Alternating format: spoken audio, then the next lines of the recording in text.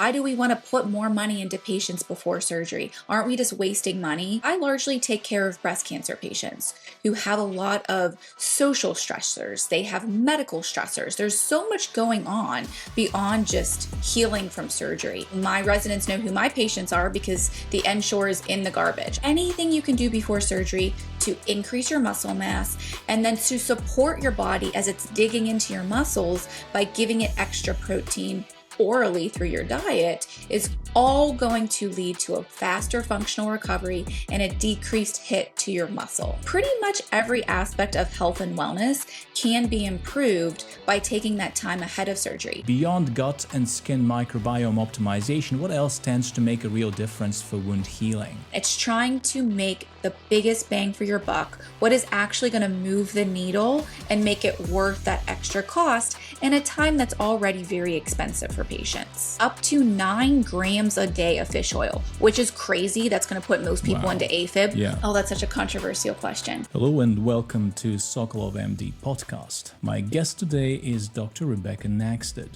Rebecca is a plastic and reconstructive surgeon at Duke University Medical Center, where she specializes in breast reconstruction, microsurgery, and gender affirmation surgery. But her background and frankly her entire approach to surgery is quite distinct from what you might expect in a standard surgical theater.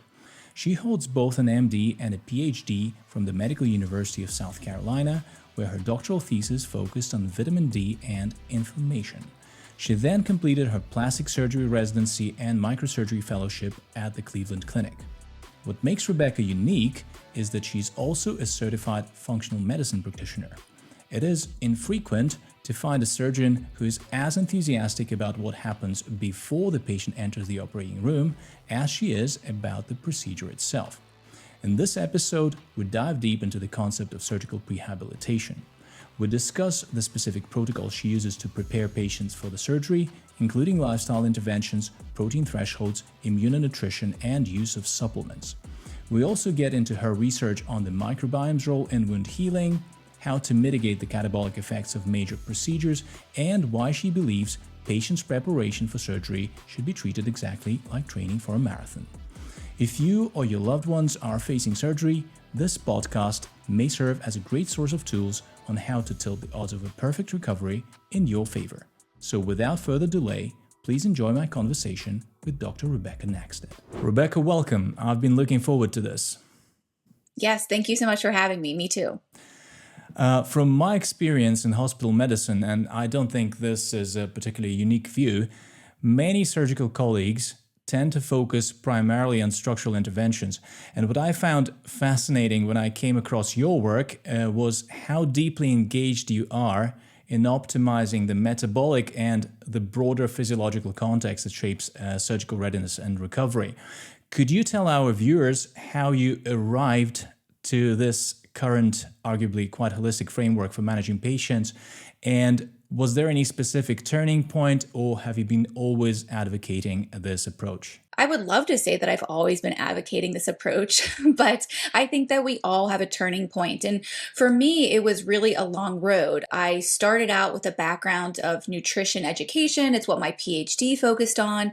But then when I went into residency, anyone who's done a residency knows that it's all consuming. You don't have time to think about anything else besides what you're learning, which is great. You want your surgeon to be a good surgeon. But when I started my own practice, I had this idea that if a patient just optimized their nutrition, took some supplements, they would just sail through surgery. That's all they needed. But I largely take care of breast cancer patients who have a lot of social stressors. They have medical stressors. There's so much going on beyond just healing from surgery. And as I got to know my patients and heard their stories, I realized that so many of these other things, like their stress, their sleep, their exercise, was impacting how well they were recovering from surgery.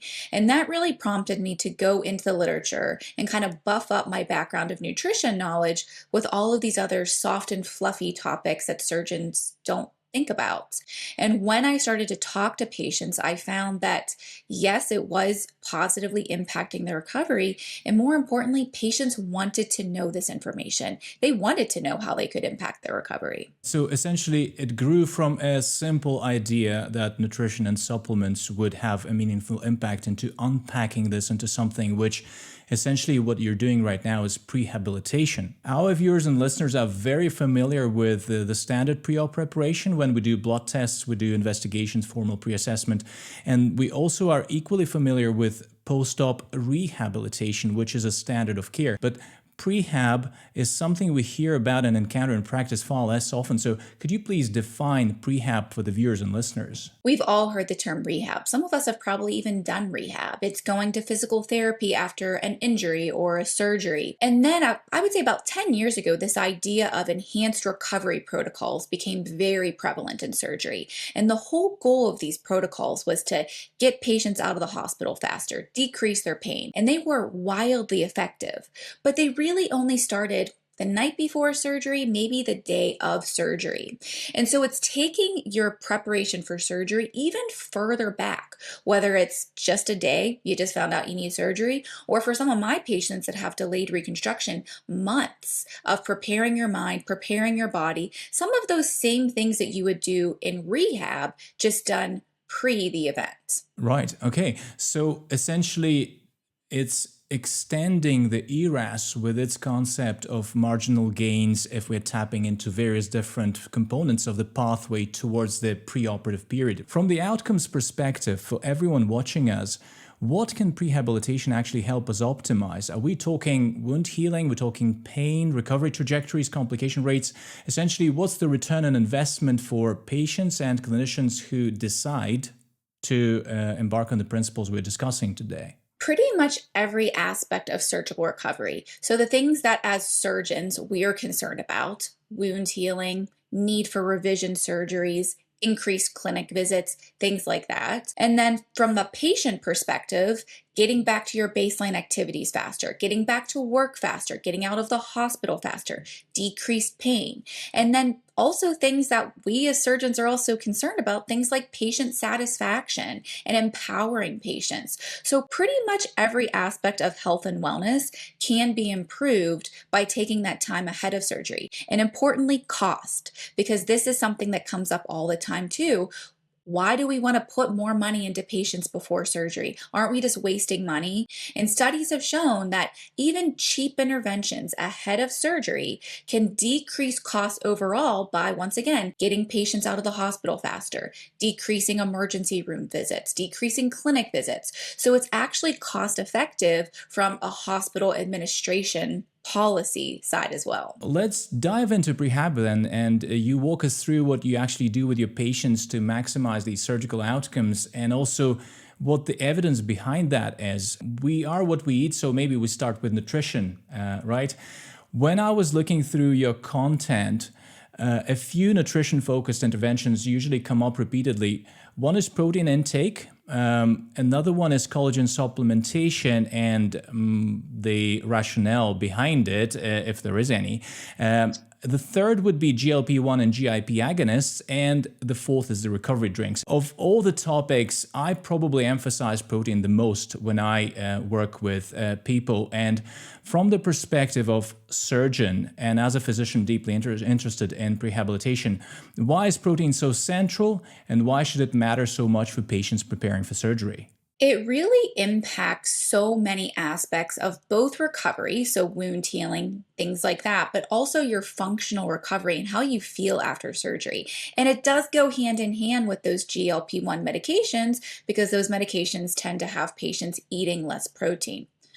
We often, as surgeons, forget that surgery is a catabolic event, meaning regardless of what surgery you have, small to big, your body has to break down your muscle protein because those are the building blocks that allows your body to heal.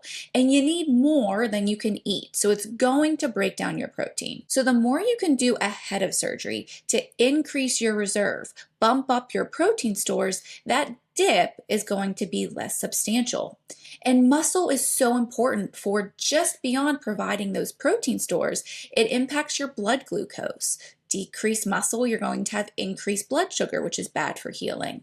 And also, your surgeon's going to tell you, don't exercise for 4 weeks. Take it easy. So now you have another dip in your protein stores, which can make it really hard to get back to your baseline activities, whatever that was, even if it was low to begin with. So anything you can do before surgery to increase your muscle mass and then to support your body as it's digging into your muscles by giving it extra protein orally through your diet is all going to lead to a faster functional recovery and a decreased hit to your muscle. Yeah, I would agree to that. And I also feel that if we focus thoroughly on providing protein in adequate quantities post-operatively, we then make the body well less looking into those muscle tissues as the protein store, because that's not their primary meaning and not their primary message. It is to serve our functional, our activity, our metabolic state, but not to serve as the reservoir for amino acids. If we tap into this more deeply, based on the current evidence, what protein intake range seems to be optimal for preparing our patients for surgery and supporting their post-op healing? Oh, that's such a controversial question. The RDA right now for protein intake is 0.8 grams per kilogram of ideal body weight, which is not that much. It ends up being somewhere around 70 grams of protein. Pretty much everyone who researches protein understands that that's not enough. That's not enough even to support overall health and wellness, let alone your body recovering from this massive catabolic insult. So I recommend to my patients 1.6 to 2, maybe even higher grams per kilogram of ideal weight, which is a lot of protein. And if you've ever tracked your macros before, if you haven't, you should. It's interesting. It is hard to get to 120, 150 grams of protein, especially to your point, after surgery. Anyone who's ever rounded on patients after surgery, they're not eating a steak. They're having a donut or a pastry or a latte that someone brought them from the coffee shop. So they're filling up on non-nutrient dense foods that makes it hard to reach that really high protein goal. Yeah, I think the issue is not only in getting that amount of protein on board, but also getting that correctly spread across the meals of the day, because we can't just dunk in 120 grams and Right. hope that's going to work for the whole 24 hours as amino acids is supply. I also would like to add my own perspective, echoing what you've just mentioned about the 0.8 grams. So this commonly cited baseline target was never designed to optimize performance or lean mass and to ensure we're thriving. It's essentially a bare minimum to meet the needs of healthy adults without factoring in the activity or growth and building mass. In contrast, when the goal is preserving or let alone building lean mass, particularly alongside resistance training, we now have completely different evidence. And I totally would agree with 1.6 and kind of north of that grams per kilo per day as the appropriate target. Now, in certain populations, particularly in older adults, I think when anabolic resistance becomes more of an issue, we can even be looking at the 2.2 grams per kilo or even more. Historically, there was this concern that high protein intake increases renal solute load, so causes glomerular damage, and then subsequently we get into kidney failure. But the evidence to date shows that in healthy adults without pre-existing kidney disease, this is not an issue. Certainly, the situation is different in adults with chronic kidney disease, because then we need to carefully balance their protein intake and individualize that towards their risks of sarcopenia or adverse renal outcomes. So yeah, I completely agree with that. And protein matters not just for day-to-day life, but also to support our perioperative period. Now, on this note, what proportion of your patients come in aware of how much protein they need to get, and how many of them have been tracking protein and maybe tracking overall nutrition? One ever? No one. It's So funny just one because patient for the whole career. yeah. Yeah, I Okay. can think of her, she's such a model patient to me because she was a marathon runner. She was so motivated to get back to her activities after surgery. We did a huge surgery on her for breast reconstruction, and she had the fastest recovery I've ever seen. But most patients, we forget when we're in healthcare what most people understand about things like nutrition. Most people have no idea how much protein they're eating on a daily basis. And I'll tell you, even when I give this lecture to surgeons, even when I give grand rounds and invited lectures, I ask the audience, like, how many of you have any idea how much protein you're eating on an average day? And there's like the one or two that raise their hand, but it's almost no one. So I was most about people to have say no that. idea. Yeah, I was about to say that many doctors have no idea neither about what they take in per day, nor about how much it should be to then recommend it didactically. Right. Now, for all people who don't see the reason to track calories or macros closely in a detailed way, do you think it still makes sense to be intentional about protein? Essentially, to define your meal structure around the protein quantity they need to get in, and make sure that it can be actually quite something as boring as eating all the same stuff every day, but as soon as you get to that target right without too much of a hassle of pursuing variety. Absolutely. It's hard to track your macros. It's a lot of work. And so what I recommend to my patients, unless they're very interested in getting into the weeds and really tracking their data, I just tell them to add 1 or 2 protein shakes a day. I understand that processed protein is not the best option. I would love for them to have all whole foods, but it's not always an option. It's not always easy. But there have been studies showing in patients, regardless of baseline protein intake, if you just add that supplemental 40 to 80 grams of protein a day, which is a lot, it decreases your wound healing complications. And that's easy. You don't have to think about it. Have a protein shake in the morning, have one before you go to bed. You're going to fill up on the good stuff, and then you don't have to worry about doing all the math. Yeah, amazingly, the 40 to 80 grams of supplementation in addition is usually more than people actually get in per day. So we're talking about radically changing their protein intake, right? I think we're all on the same page with protein, and hopefully our viewers and listeners will join in. And now let's talk about collagen. Collagen is often marketed as essential for connective tissue health, yet you have been quite skeptical about its real-world value. Is that skepticism driven more by its poor amino acid profile or by the lack of strong outcome data despite plausible mechanisms, or both? Both. I try to make as many recommendations as I give to my patients and incorporate into my own life based on science. Bottom line, collagen is certainly not going to hurt. It's also not terribly expensive. But what I base my recommendation of kind of avoiding it is, to your point, it's an incomplete amino acid. What that means is it's not providing all of the necessary building blocks for protein synthesis the same way that an animal-based product would. There are studies showing that supplemental collagen can improve things like skin health, even joint health. So there is that data. But what I always come back to is there's never been a study that I can find, and I've even asked on my social media page, showing that collagen, supplemental collagen, either outperforms a complete protein or is beneficial once you're meeting your protein goal. So the little icing on the top, does that make a difference? And the other thing is that when you think about an animal protein like meat, it has leucine, which is an amino acid, but also directly stimulates muscle growth. So it's also a signaling molecule. That's never been shown for collagen. And so people will say, well, if you eat more collagen, you'll make more collagen. That's not backed in science. There was just a cell culture study that was released this year showing that if you took human cells and added the amino acids of collagen, they had more gene synthesis that would lead to collagen development. So the conclusion of that article was maybe there is some signaling. If that turns out to be true in humans, then I would recommend collagen because that's directly stimulating collagen synthesis, even if it's an incomplete amino acid. We just don't have that data yet. So I think bottom line, it's not going to hurt. If you have endless money and want to spend it on collagen, if you take it and feel like it makes your skin glow, go for it. But I am always about prioritizing what's going to be the biggest bang for people's buck. Yeah, so not the great return on investment with collagen. I'd like to share my lens, essentially how I was shifting opinion about collagen quite a few times. Initially, I was fairly dismissive.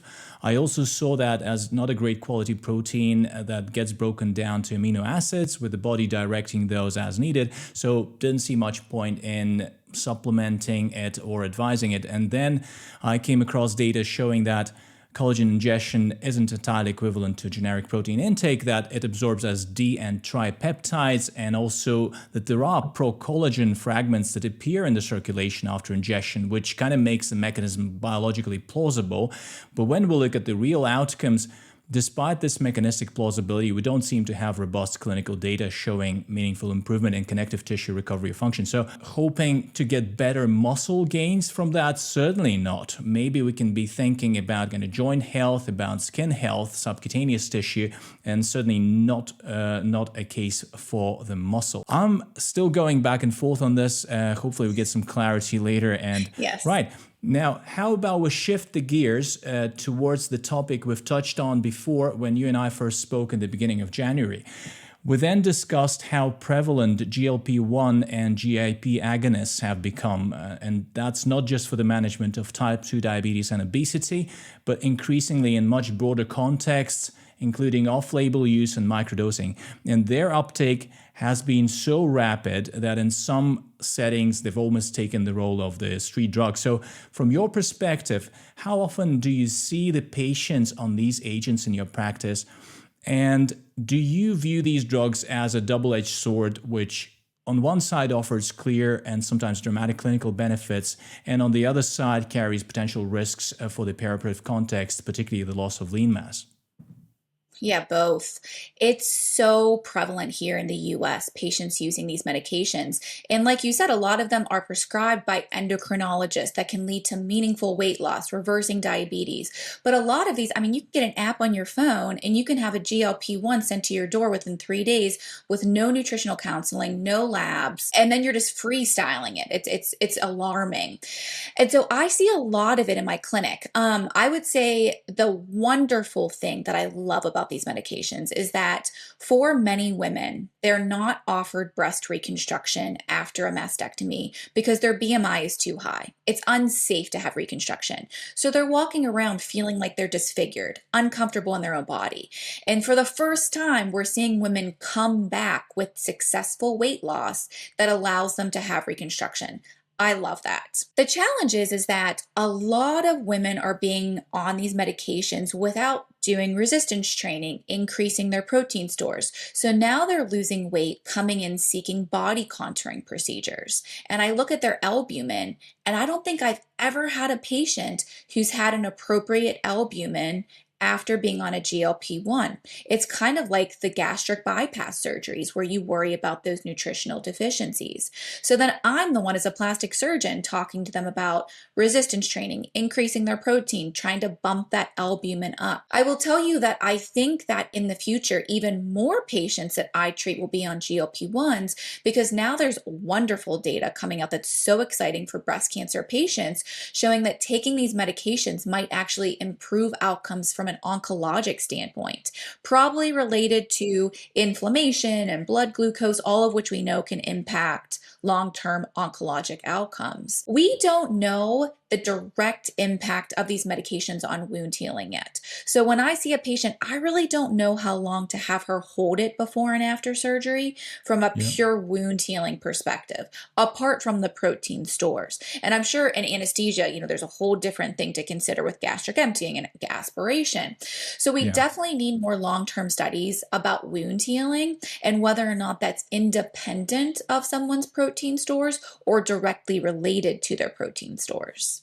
Sure. Okay. I would certainly agree that they are drugs of immense benefits, and maybe just to all patient population, but certainly for particular patient populations. And they are powerful tools to reduce the perioperative risk by both improving metabolic function, addressing morbid obesity, lowering surgical and anesthetic risks, and ultimately improving recovery. Yet at the same time, I agree that we need a robust strategy, as you've mentioned, protein intake, resistance training. I would personally advise starting with getting the baselines right. If we are acting purely off the number on the scale, so that's not necessarily for the preoperative context, but in context of using them in general, if we're starting off the number on the scale without objective body composition data, without clear nutritional strategy and structured exercise, It feels like crossing a highway blindfolded. We don't know what the starting lean mass is, what the starting fat mass, what's the starting bone mineral density, and we can't really evaluate what our intervention is doing. For like a patient who loses in 3 months an X number of pounds or kilograms, what have they actually lost? Are they moving in the right direction? Do they have this fat loss to muscle loss in a favorable 3-to-1, 4-to-1 ratio, or they're actually losing more lean mass because they're not well with protein and with their training program? So ultimately, GLP-1s and dual GLP-1 GIPs are powerful tools, but they're best used after baseline body composition assessment with resistance training within this framework of resistance and aerobic training, and with structured nutrition, a minimum to get a sufficient protein on board, but ideally with rigorous calorie and macro and micronutrient tracking, because deficiencies are a real risk. Now, having discussed these peptide drugs that have well entered our practice in recent years, what is your take on the multitude of other peptides like BPC 157, TB 500, and ipamorelin, which are often promoted for tissue repair and recovery? To my knowledge, not authorized by the FDA or MHRA here in the UK, yet there is a substantial amount of enthusiasm around them in the media and online. So from your perspective, do we have sufficient evidence to recommend them in the perioperative setting? No. No, we don't have that human data. And everything has risks and benefits. Even if it does have some type of benefit with wound healing, which to my knowledge has never been demonstrated well in human studies, it's doing other things in the body. So what else is it doing? Just like we talked about, the GLP-1s have pros and cons. There isn't enough data. And then the challenge too is, like a lot of medications not covered by insurance, like these peptides are not, the people who are prescribing them have an ulterior motive to get you to be on those medications, right? Like they are not taking insurance. You're typically paying cash for those types of consultations and follow-ups, and then you're paying the compounding pharmacy to make that medication for you. So you always have to be wary of some of those medications. I hope that there is good studies that come out in the next couple of years. I think there's promise for these peptides, but I just don't think that we have enough enough evidence to recommend them soundly and safely in surgical practices. Yeah, hopefully we get some further human data to support animal models and mechanistic work that has been done to date, and then we can take it further as to recommending them or not. Okay, as the fourth and the final question, this nutrition prehab domain, I'd like to tap into what seems your well-known skepticism against recovery drinks like Ensure or Boost, which, let's be honest, often amount to little more than a seed oil milkshake with a multivitamin. What do you see as the main problems with standard hospital nutrition drinks and off-the-shelf protein shakes, and how do you guide your patients in using them or choosing better alternatives in the perioperative period? Yeah, I say this so much. I feel like the industry is ultimately going to come after me. But no, I think they're terrible. They're seed oil garbage. I always talk about this with my residents. You know, my residents know who my patients are because the Ensure is in the garbage. I would rather have my patients not drink anything than drink that. When you look at the ingredients of a traditional protein shake, 2 of the first 3 ingredients are sugar. So that's where the added calories are coming from. They're coming from added sugar. I've heard the argument, I just need my patient to gain weight. They're cachectic, they need to increase their body, even fat, before surgery or just to get out of the ICU. But then you're just inflaming that patient. You're putting their blood glucose through the roof, especially if they have a low lean muscle mass, which many of these patients do. So I do one of 2 things, because I do believe in protein shakes after surgery, but I either have my patients bring whey protein to the hospital or just start that at home. Just something easy, a plain whey protein mixed in water. It might not be the most tasty thing, but it's easy and it's very affordable. If they don't have that, if they still do want something that has a flavor, it's in a prepackaged container, choosing one that has artificial sugar. Now I know there's arguments for against artificial sugar sugar? Is it impacting your microbiome? That data is always changing. Once again, not ideal potentially in the long term, but I would rather have someone who's recovering from surgery have some artificial sugar with that protein than just flooding their body with, like you said, omega-6 fatty acids, which they don't need more of, and then also increased sugar. Right. I would say I'm personally sinful in allowing this to happen in my own wife. 9 months ago, my wife had an elective surgery, which unfortunately was complicated by severe sepsis, multi-organ dysfunction, and she ended up in critical care for 2 weeks with sustained fevers, pronounced systemic inflammatory response. She lost about 6 kilos of body weight, and given how lean she was going into that loss was almost entirely lean mass. So she ended up essentially skin and bones, barely able to sit up in bed. And I couldn't be with her like 24/7. I've done my best to be there during the daytime, but still had to go back to be with kids and have some rest at night. And essentially the problem was she couldn't get anything down. We've tried cucumber and watermelon, but there is really no caloric or protein value there, and she only could down the Ensure. So especially if that was cooled down, given her fevers and everything else that was going on with her. So Ensure kind of helped her to bridge that short gap from when she just started her recovery towards when she got home, and we've then designed a robust plan with 2,600 calories and 125 grams per day of protein, which she was following to the letter, and she got back on track in a month. So the point I was trying to make, I can see where you're coming from, and I can see why your patients' Ensures end up in a bin. But sometimes in these exceptional circumstances, particularly if we take into account the family situation and there's no one to bring that protein shake into the hospital, probably for some patients they could be used as a couple of day bridge, and then they ultimately make the choice towards the high quality alternatives with high quality whey isolate and some berries and bananas to create a healthier option. We're probably by and large done with nutrition for now, though we'll circle back to certain aspects of it when we talk about supplements. But let's move on to the second major contributor to prehab and surgical outcomes, which is physical activity and exercise, both in preparing for surgery and in supporting recovery afterward. Could you walk us through the different ways exercise matters, and what in your reading are the tools from the exercise domain that offer the best return on investment for someone preparing for surgery? It really depends on what your baseline is. So as someone who does breast reconstruction, most of my patients are deemed healthy.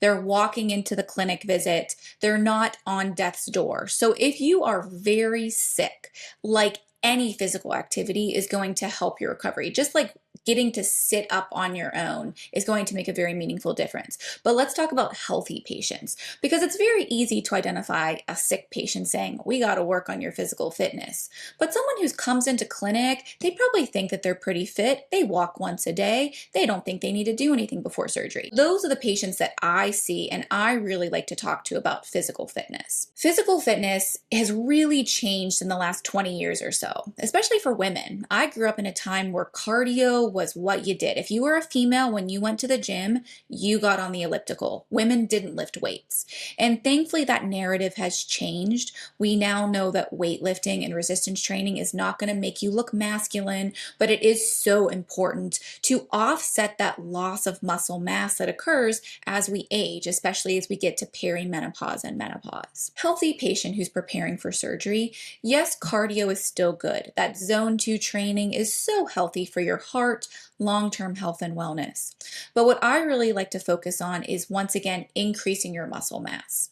And I used to tell patients, just do anything that increases your muscle mass. You like to do squats, do squats. You want to do push-ups, do push-ups. And yes, that helped. lot. But I then receive feedback from patients saying that if they worked on muscles that they relied on after surgery, it really made even more of a difference. So for me, I will do breast reconstruction where I use belly fat. So they can't use their arms, they can't use their bellies for 6 weeks after surgery. So the best thing they can do before surgery is to increase their lean muscle mass of their legs, because they're going to be basically doing squats to get up and down from bed, to get up and down off the toilet. So that strength is going to empower them after surgery to be able to do things more on their own, rely on less people.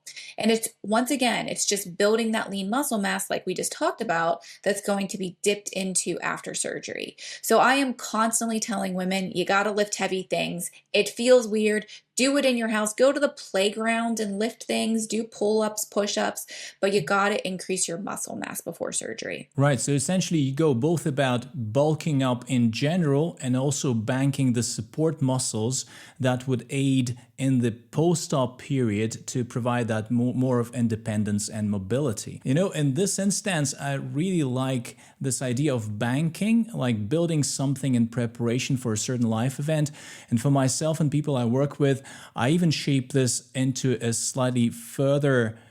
bit of a similar concept of banking early. Banking muscle, banking bone mineral density, banking cardiorespiratory fitness, banking cognitive reserve as early in life as possible. When we have high neuroplasticity, we have high anabolic capacity, and essentially how we use this window up to our 20s, 30s, or 40s largely determines how much physiological reserve we carry forward. And that doesn't mean that if we start later, past 50 or 60, there's nothing to be done, because there's actually a lot we can do, and we have evidence, clear evidence we can build muscle effectively at any age, provided training is robust, protein intake is adequate, and we have prioritized recovery.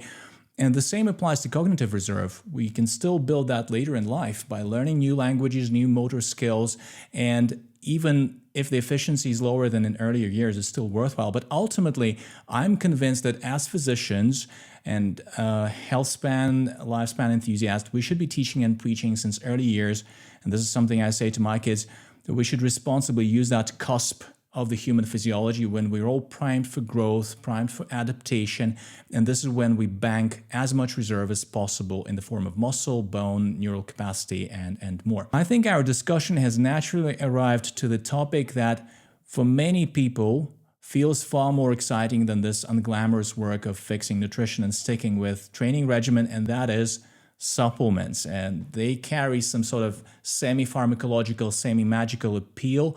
This idea that you can pay for something and it will then do the work for you. I find supplements in the perioperative setting quite an interesting subject. Historically, many of them, including vitamin D, omega-3s, and others, were routinely stopped during pre-assessment and anesthetic reviews, and in many places, that still is a standard of practice. At the same time, certain supplements may actually be quite useful for pre-op preparation and improving surgical outcomes. Given your background in prehab, and particularly your PhD focused on vitamin D and inflammation, I think you're quite uniquely well positioned to give us insight into how supplements should and should not be used in the perioperative setting. So please walk us through your framework and highlight which supplements generally facilitate recovery and which ones are better stopped. Yeah, what a great question. We, as patients, they are always asking for a pill to fix something, a pill to increase your lean muscle mass, a pill to make you live longer. And supplements are one of those things where in certain instances, it's literally as simple as taking a pill. So I do love supplements, very targeted strategic supplements before and after surgery. The challenge is that there's so many supplements out there now, and a lot of patients, they'll come to their pre-op anesthesia appointment with this list of 30 supplements. So you can imagine it's hard for an anesthesiologist when they're figuring out which supplements to stop to go through each one and figure out what's safe, what's not safe, how long should we stop these for. So the blanket statement to patients is usually stop them for 2 weeks before surgery, and then many surgeons will tell their patients also don't continue them for 2 to 4 weeks after surgery. The challenge is that if you miss that 4 to 6 week window, you've missed supporting your body's healing process. So when I think about supplements to recommend to my patients, to my family, to my loved ones, it's Is there some benefit that's either been shown in human studies, well-done animal studies, or mechanistic studies that just make sense? And then secondarily, is there data supporting that it's not going to interfere with your anesthesia, increase your bleeding risk, anything that would cause a complication? And then taking into account that most people before and after surgery, because of stress, nausea, pain, they're probably not even getting their RDA, that minimal level of nutrients, just to support baseline health and wellness, let alone recovering from surgery. So I do like to cover the bases with just some general micronutrients like vitamin A, B, C, D. I really like arginine and glutamine, which are conditionally essential amino acids, meaning our body doesn't typically have to take them in via mouth, but during periods of stress like surgery, you cannot keep up with the demands of your body. I like probiotics. Probiotics have been shown in so many randomized control trials to decrease surgical site infections, return to hospital, length of stay. Love probiotics. And then I also like things like bromelain, which have been shown to decrease bruising and swelling after surgery. The challenge is it's really hard. I give my patients this big list and I'm like, these are all the supplements that I want you to take. They're all different brands that I recommend. And then they buy a pill bottle that has 120 days worth of supplements. They don't need that many. They need maybe 14 to 28 days. It's confusing to patients, finding the right dose, taking all of the supplements. I get it. And so that's really what caused me to start my supplement company, Clara Recovery, where it was just a one little sachet and it's like, here, it's easy. Just take this and like your bases are covered. But it's expensive. We come back to the financial toxicity of surgery again and again with so many of these interventions. And it's pricey. So once again, it's trying to make the biggest bang for your buck, what is actually going to move the needle and make it worth that extra cost in a time that's already very expensive for patients. Do you think you have any specific dosages to recommend? For example, if we're talking vitamin D, are we talking individualizing that depending on the plasma levels, or are we talking that there are certain generic dosages that could be one size fit all option? Yeah, I would love to have a boutique practice where people come in, we measure their labs, I figure exactly how much vitamin D they need, and it's gonna, really tee them up for surgery. But we just don't have that time, that luxury, and sometimes even that knowledge, for surgeons to do that. So I tend to recommend a dose that would be acceptable for most healthy patient populations that are preparing for surgery. I personally take 5,000 of D. I know that's on the high end. I haven't had a kidney stone yet, but for patients, I recommend 2,000 because 2,000 is largely considered to be a normal supplement dose. It's not going to make your PCP, raise their eyebrows at you. Would I like my patients to take more of some of these medications? Yes. But I think once again, I'm trying to do something that's widely adoptable, is not going to make other practitioners angry if they don't understand the literature, and then get patient buy-in, something that they can actually do. Sure, I'm totally in the 5,000 per day tribe, and I would agree that 2,000, which is probably half of the UTL, is quite inappropriate, particularly given how deficient the population is. What I find fascinating with the patients at the hospital who do take vitamin D supplementation, their levels are oftentimes low, and when you tap into this deeper, it turns out they take that on an empty stomach, which does not allow the substance to actually get absorbed. What's your take on omega-3 supplementation? Historically, it was suggested that we should be stopping that, again out with concerns about blood clotting, which we need to appreciate are more prominent when we take 5 grams or north of that dose. So would anyone supplementing 1 to 3 grams per day, as that would be the most go-to dose, need to stop that? Do we have evidence to recommend one or another? Yeah, this is a good one.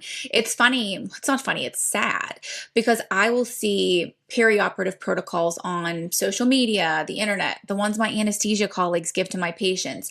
And it'll say, you should stop all supplements 2 weeks before surgery, especially omega-3 fatty acids. So there's this profound belief that omega-3s do increase bleeding risk. And that's actually been shown to not be true in multiple randomized controlled trials. There's actually meta-analyses at this point showing that up to 9 grams a day of fish oil, which is crazy. That's going to put most people into AFib. Yeah. Like, don't recommend taking 9 grams. But a safe dose, I personally take 2 to 3 grams a day. I am completely fine with my patients taking that before and after surgery. And once again, it's one of those things where patients are being told to stop this supplement because of a perceived risk, which actually isn't there. But by not taking it, they're missing out on an actual evidence-based benefit. For example, the omega-3s produce molecules called resolvins and protectins, which decrease acute inflammation. We want inflammation after surgery, but just like your wife, sometimes that inflammation just goes rampant and can't stop, and you have this systemic inflammatory response. Omega-3s just kind of put out the fire a little bit. But if you're not taking it for 4 weeks after surgery because your surgeon told you to stop it, you're not getting that benefit. Yeah, great. Thank you, Rebecca. I think this gives our viewers more clarity around supplementation and the periop period. And for everyone watching and listening, always discuss these subjects with your surgeon and anesthesiologist. By no means make decisions to supplement something on your own in isolation or in contradiction with the guidance you're given. But if you have rational, evidence-based discussions about supplements as part of your shared decision-making process without breaking the rapport with your treating physician, it may result in additional benefits perioperatively. This discussion around supplements naturally brings us to a closely related topic, which you have actually mentioned as a part of the supplement subject, which is probiotics, and by extension the role of the microbiome and the so-called gut-skin axis and the post-op wound healing. Particularly when we factor in potential impact of perioperative antibiotic use, could you give us a bit of insight into how this gut-skin axis works and whether there are any actionable steps our viewers and patients can take preoperatively to benefit from these pathways?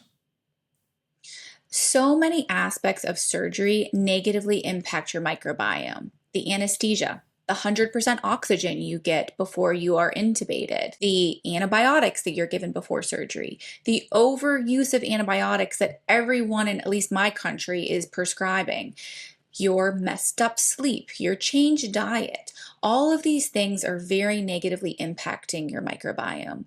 And we now know that the microbiome is associated with pretty much every aspect of health and disease states, from psychiatric conditions to cancer progression, for my patients, response to chemotherapy. So it's so critical to make sure you got the good guys and you don't have the bad guys. So I do recommend probiotics to my patients.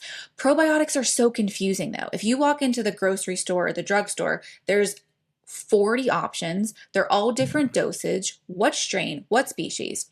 The good news is that these meta-analyses that have been done have shown that it actually does not seem to matter as much what strain, what species, if it's enteric coated and it's going to make it to your GI system as opposed to being dissolved in your stomach, it doesn't matter.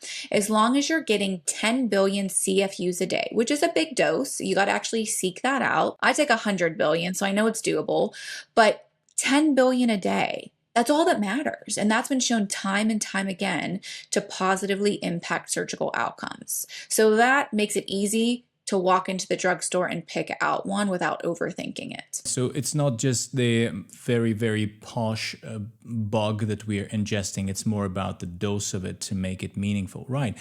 I also recall one of your posts where you mentioned chewing gum trick, which you sometimes recommend to support gut health and gut function postoperatively. Could you tell us how that works and what's the mechanism there and why you recommend that? Yeah, one of the main things that keeps people in the hospital, this sounds silly, but is not being able to pass gas or have a bowel movement. One is it's uncomfortable. It leads to pain. But so many things, once again, associated with surgery, shut your bowels down. The anesthesia, the narcotics, the fact that you're not moving around, especially if you've had any type of gastrointestinal manipulation or tightening of your abdominal muscles like I commonly do. So if your bowels are shut down, but you're still eating, you're going to get constipated, you're going to get bloated, you're going to get uncomfortable. And so chewing gum after surgery, as soon as you're cleared by your surgeon, which is usually on post-op day 1, actually stimulates your bowels because it's kind of tricking your mind and thinking that you're eating. That chewing, that mastication tells your mind that you're eating, and it tells your bowels to start to wake up. I like to recommend xylitol gums. Xylitol is a form of sugar-free gum. So once again, we're trying to limit sugar, but xylitol also decreases your risk of having cavities. So it's like an added benefit. But I love to recommend to patients to chew gum after surgery and just do everything you can do to wake your bowels back up, because I cannot tell you how many messages I get on my phone through my health record of, I can't have a bowel movement. I'm straining when I have a bowel movement. I'm uncomfortable, so I'm taking more narcotics. You got to break that cycle. Yeah, something that we take for granted when we're not in the perioperative setting, and we think that's just a daily thing and it happens naturally, right? Interesting. Now, moving slightly away from the gut, but still remaining within the microbiome premise. You are the lead author on a major 2020 review regarding topical probiotics and wound healing. And while many of us are knowledgeable about and invested in gut microbiome and improving it for various reasons, you're also looking at the skin microbiome. Could you explain to our viewers how and why this is important, and how sterilizing the skin with chlorhexidine before surgery impacts the good bacteria necessary for healing, and how this works in the grand scheme of things? For years, we thought there was only bacteria in our gut. Now, that's why we called it the gut microbiome, because we just thought it was in our intestines. But within the last decade or so, so much research has come out showing that there's a unique microbiome in pretty much every area of your body. So under your armpits, within breast tissue, on your skin, in the perineal region, they're each distinct, and they're all very important for the jobs that they have to do in that area. So many aspects of surgery, once again, decrease your microbiome load because we want to prevent infection. So that's good. We want to prevent infection. You have some bad players of bacteria on your skin right now. You also have some good ones. Especially if you've been in the hospital, you probably have MRSA. Like right now, you and I probably have MRSA. When I operate on nurses, they probably have MRSA. So we use alcohol-based preps that just strip your skin of all of the moisture, all of the microbiome, so that when you are then recovering from surgery, your body has to repopulate that microbiome. So if once again, your diet has changed, your gut microbiome has changed, it's going to be repopulating it with something that wasn't the way it was before. And you can change then the structure and makeup of your microbiome after surgery. So once again, we want to support that. I currently don't recommend any type of topical microbiome lotions or creams to my patients. I usually use just hypoallergenic lotions, silicone gels, and sheets. There's not a huge data to support the microbiome lotions, but I think there could be, but once again, even if you're having a probiotic, choosing fermented foods in your diet when you're able, it's going to encourage, once again, the repopulation of good things and getting rid of those bad guys. Right, so wrap this up. Fermented foods and oral probiotics, 10 billion units a day, 10 billion CFU a day, definitely yes. Topical probiotics, somewhat an emerging area with some potential, but we need more research on that. Speaking about wound healing more broadly, and this is probably one of the areas that causes patients a big deal of concern when preparing for surgery, what other lifestyle factors, interventions, or supplements do you see as playing a meaningful positive role in wound healing? For example, would you recommend things like infrared light therapy, smoking or alcohol reduction, or targeted supplementation? Essentially, beyond gut and skin microbiome optimization, what else tends to make a real difference for wound healing? For me, smoking is a no-go. I literally will not even see a new patient in consultation if they are smoking, and that is common for many elective procedures. Now, if you need to go and have a cabbage and you're a smoker, they're going to do the cabbage on you. But smoking, even just one cigarette, decreases blood flow to your extremities, especially your fingertips, by 40%. One cigarette. And most smokers aren't having one cigarette. Those low-hanging fruits that are easy. Stop smoking. decrease or cut out alcohol consumption. That's easy. Support your body through nutrition, maybe targeted supplements. And then we can get into like the fancy bougie stuff like red light therapy. I have a red light mask. I love it. I think that there's great data for red light therapy in regards to skin health, wrinkles, anti-aging. There's now emerging evidence, though, that red light therapy can have more systemic influences, which is very exciting. Most of these have been shown in animal studies or very, very small cohort studies, but there was a study in humans showing that red light therapy can improve blood sugar regulation. That would be awesome for surgical healing, even when it was shown apart from anywhere else that was being measured. So in this study, they shown it on the participants' backs, and it decreased their blood sugar spike. That's really cool. There's now emerging evidence, once again, largely in animals, that it can impact the microbiome in a positive way, mitochondrial health. So we know that the microbiome and mitochondria, glucose are all really critical for wound healing, surgical recovery. It's just the direct or indirect impact on wound healing hasn't been shown yet. Yeah, and we're not talking just infrared masks or panels. We're also talking getting out in the sunlight, because we are getting those red and near infrared wavelengths. We even get them through the clothes, and they actually do penetrate quite well, as proven. Also, I've come across the evidence that it can improve vision. Even if you don't get that into your eyes, even if your head is fully foil wrapped, you still get the improvement in your vision. So huge benefits and if you can't afford an infrared panel or infrared mask, then you can just get out in the sun, and it doesn't need to be like to get a sunburn, because this is UV. This is a completely different notion, but you can get out in the sun in the morning or early afternoon and get that with minimal clothing, get that exposure. Thank you, Rebecca. That's very insightful. I think our viewers can consider these options for improving their healing. One other thing that comes to mind in the context of healing, but also taps into pain perception, pain management, and broader post-op physiology, is stress and cortisol. Do you see this as an important and worthwhile focus within prehab? And what strategies do you typically recommend to the patients to manage stress in the perioperative period? My patients are all stressed. They're a 30-year-old female who's just been diagnosed with breast cancer, or just finished chemotherapy, or has been dealing with a breast cancer diagnosis for 10 years and now wants reconstruction. And let's be honest, we're all stressed. So I do see that very commonly in clinic. And once again, it was one of those things that I never thought about was impacting wound healing until I had some patients in my clinic that were extreme examples. Everything in their life was going wrong. And there was nothing on paper that would indicate why they weren't healing the way that I wanted them to, but they weren't. And it was probably the direct impact of stress leading to cortisol, impairing wound healing, but probably also the indirect. You're not sleeping well when you're stressed, and that impacts wound healing. You're not eating well when you're stressed, so you're not providing your body with the nutrients it needs.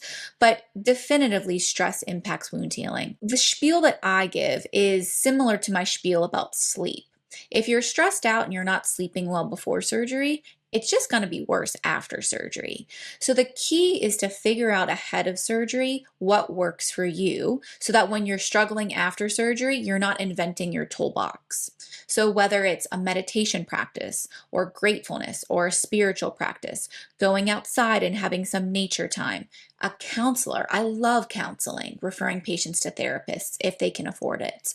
But whatever your toolbox is before surgery, one, it's going to decrease your cortisol before surgery, but then it's going to be something that you can fall back on after surgery when you're feeling worse probably than you were when you kind of made those tools available. So that echoes the topic of banking, not just banking muscle, but also banking your toolbox of stress management, improving your sleep, and essentially getting that idea as early in life as possible, so that when the time comes and you are faced with a critical event in life, then it all comes in very handy. Great tips. Along the same lines, and building on stress management with some additional benefits, my understanding that when you work with patients, you also encourage patients to be proactive about shaping the hospital environment, particularly support better sleep and lower stress by taking the goal back to the hospital. So could you elaborate on that for the viewers? What kind of things can the patients bring with them to help create a more comfortable, supportive environment during their hospital stay? Yeah, I think it's so ironic when we're preparing to have a baby, we all have that to-go bag, and it's filled with everything that you need and probably don't need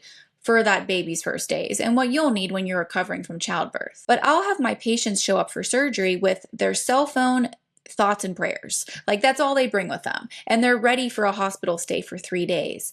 And there are things that you can do, bring with you to the hospital that are going to improve your stay. So I break it down into a couple categories. The first is things to eat and drink. So are you bringing supplements? Are you bringing hydration packs that you enjoy? Some of my patients bring blenders to the hospital if they're going to be there for a long time. So eating, drinking, snacks, because once again, hospital food, at least in the US, is not brought on demand. It's brought whenever they feel like it, which might not be when you're hungry. The next thing are things to help you sleep. So sometimes in the US, hospitals have shared rooms. So do you want noise canceling headphones or earplugs, a mask? Do you want to use aromatherapy? Because if you have a single room and you can have some lavender scents going on, it's going to help you sleep better. That's awesome. Things to help you relax. What are you going to do when you're in the hospital? Do you want to bring books, crossword puzzles, things to keep your mind and body occupied while you're recovering? The next are like logistical things. So a long cell phone charger. It's things that you're not thinking about, but where's your cell phone plug in relation to where your bed is? Do you want to have chapstick or face wipes, things to make you feel more like yourself, deodorant, lotions, and then things to make you comfortable?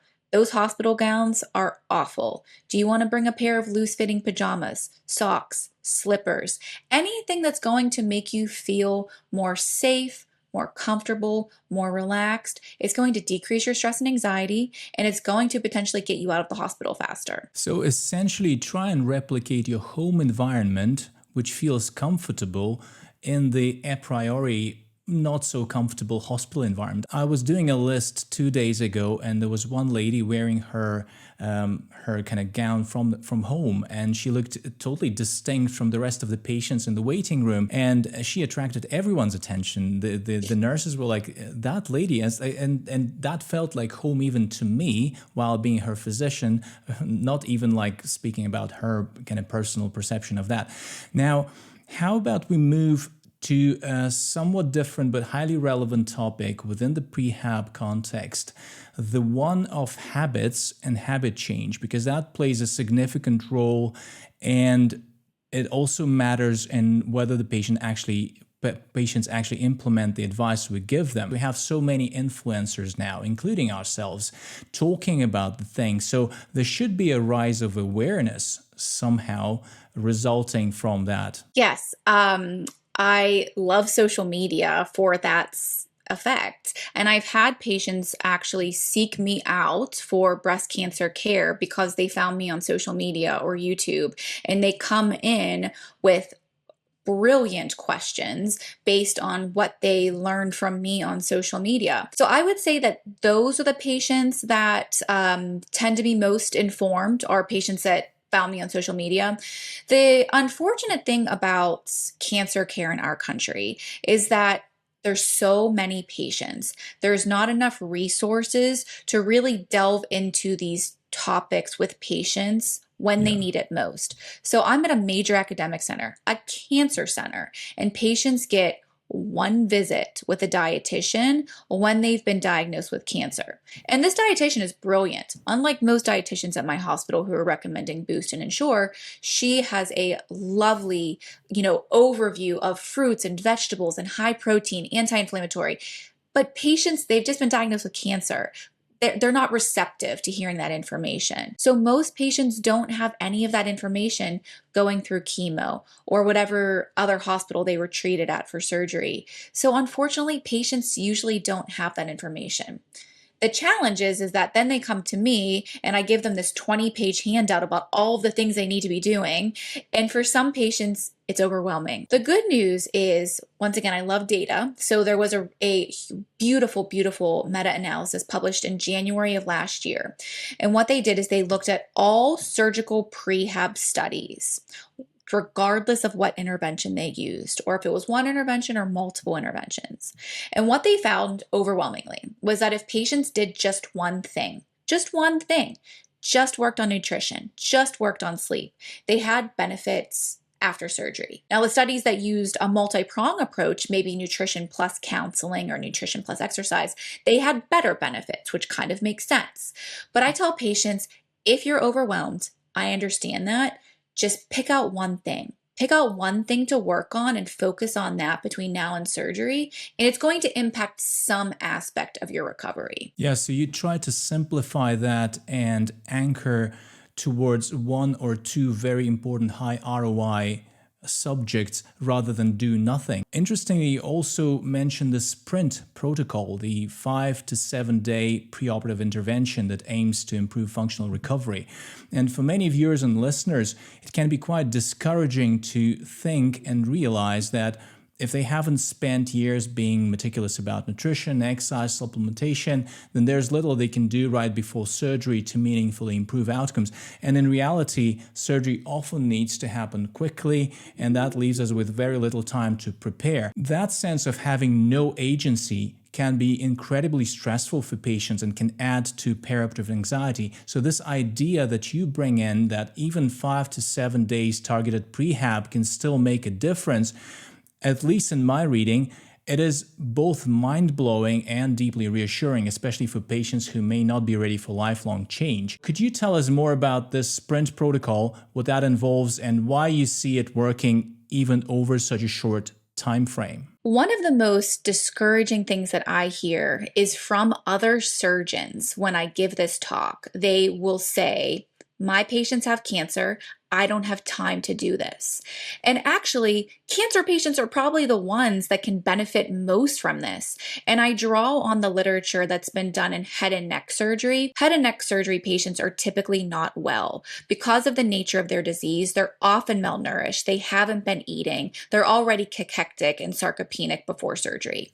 Yeah. But these studies in head and neck, they would bring the patients into the hospital for 5 days before surgery. They'd often get a feeding tube or a tube through their nose, and they'd get what's called immunonutrition. Immunonutrition is basically my supplement regimen just in a liquid form. So it's targeted nutrients, omega-3 fatty acids, it's just supporting their overall nutrition prior to going into surgery. Those studies showed not only did it decrease wound healing complications, get patients out of the hospital faster, but in these sick patients, it actually decreased mortality. 5 days decreased mortality. So that, like you said, it's mind-blowing and reassuring. So on my social media page, I have different protocols, whether it's a day that you have, a week you have, or 6 weeks. A lot of my patients have 6 weeks, but sometimes you have a day. And so whether it's just preparing your home for surgery, whether it's just ordering those supplements on Amazon, getting your home ready for when you come home from the hospital, just like preparing your hospital room is important, preparing your home is. Make sure you have groceries, making sure that your bed is set. Do you need certain types of pillows to help you sleep? Do you need a commode assist? How are you moving around? And then if you have longer term, even a week, focus on nutrition for that week. Make sure you're not smoking, decrease your alcohol intake. And then longer term, focusing on more of those slower moving things like increasing your lean muscle mass, working on your protein stores. But regardless of how much time you have, you really can do small or big things that can really meaningfully impact at least some aspect of your recovery or healing. Sure, that's an immense sense of agency, and being prepared to some degree already takes a lot of that anxiety out of the way and also helps us build these, say, surgery is quite a potent motivator. And when we are faced with the need to quickly improve our outcomes, we are ready to do quite a lot of things we wouldn't have considered before. How many patients do you see radically changing their life in your practice? And how many of them actually stick with the habits that they have achieved or changed during this sprint process? What I find in my practice is that patients, similar to the surgeons when I give this talk, either wholeheartedly adopt this and they focus on their eating, they focus on their supplements, they're doing squats before surgery, or that prehab guide is in the trash before they walk out the room. They just don't have the mental bandwidth to kind of add anything else. And so I think the important thing is meeting patients where they're at, either supporting them in that holistic journey where they're going to do everything, or respecting their decisions that they're just not interested in that. And then what can I do at least for them while they're in the hospital? I can give them some supplements at least in those 2 to 3 days they're in after a big surgery. But it's respecting patients, supporting them in whatever aspect of their journey they're in. But I would say the coolest thing for me with social media is the number of patients who've DM'd me on Instagram saying, I've never met these women, but I incorporated your protocol. I started taking these supplements. Now I'm 8 weeks after my deep flap and feeling back to baseline, or I'm starting to exercise again, feeling wonderful. I love that. That's awesome. And so I think it's just, once again, it's figuring out what you can do as a patient. And then as a practitioner, I'm just supporting them in whatever they choose to do. Yeah, I would agree that even if we can change one or few habits, we can still celebrate that with the patient, because there's two ways to look at it. There's one way of like thinking, oh no, we haven't done a major change that will stick for life. And the other way is just, okay, that's so great that you're now aware of this protein requirement, that you're just going to follow this simple rule. And that's already in the long term, that will sum up to quite a significant change and in outcomes. As we're approaching to the end of this episode, how about we do a quick round of rapid fire, where I ask you a few short questions related to what we've discussed today, and you answer with just a few words or a short sentence. Okay, all right, let's do it. Here we go, rapid fire. Top 3 supplements you would definitely stop before surgery. Vitamin E, ginkgo, and anything with a proprietary blend. Top 3 supplements you would actively recommend to improve surgical outcomes, excluding protein and collagen. Oh, that was my first one. All right. I would say probiotics, a good quality multivitamin to get your baseline nutritional micronutrients, and then bromelain started after surgery. Right. Ensure a boost versus a custom-made protein shake with, say, a banana, if you had to choose. That's an easy one. Custom-made protein shake, or if you can't, the sugar-free pre-made kind. Smoking and alcohol in the lead up to surgery. Hard stop, taper, or nuance? Hard stop for smoking. Nuance for alcohol. If you're a heavy drinker, please do it under physician care. But if you can stop, that would be great. HRT in the post-op and peri-op period. Continue, pause, or case by case. Oh, I was hoping you'd bring this up. Continue. So much evidence to support its safety. If someone only has 5 days before surgery and they've never focused on any of this before, is it still worth trying to make changes to improve outcomes? Absolutely. 5 days can make a huge impact. Great. So to close out our episode, and in the context of everything we've discussed today, if there was just one most important piece of advice you would give to someone preparing for surgery, what would it be? It would be that you should feel empowered. So much of having surgery, patients feel like they're a backseat driver in their own healthcare. They don't have the agency to make decisions, and you need to make all of the decisions. So you have to advocate for yourself. You have to ask the hard questions. Get a second opinion. This is your body. This is your surgery. You deserve to have care that you're comfortable with a team that you trust, but sometimes it takes a little bit of work to get there. Rebecca, thank you so much. This has been great. Thanks for having me. And that brings us to the end of today's episode with Dr. Rebecca Knackstedt. I hope you found this conversation as practical and eye-opening as I did. It isn't frequent to come across a surgeon who's willing to look past the technicalities of the procedure itself and focus so deeply on the systemic physiology that ultimately dictates how we heal and recover. Whether you're facing surgery yourself or just interested in tissue repair and recovery, the topics we discussed today are genuinely high yield. If you'd like to learn more about Rebecca's work, she is very active on Instagram at surgical_recovery, where she posts daily content on surgical preparation and different aspects of the perioperative journey.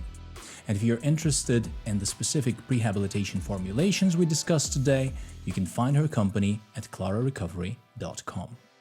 If you have enjoyed this episode of the Sokolov MD podcast, feel free to support the show by subscribing on your platform of choice and sharing this episode with a friend or colleague who might benefit from it.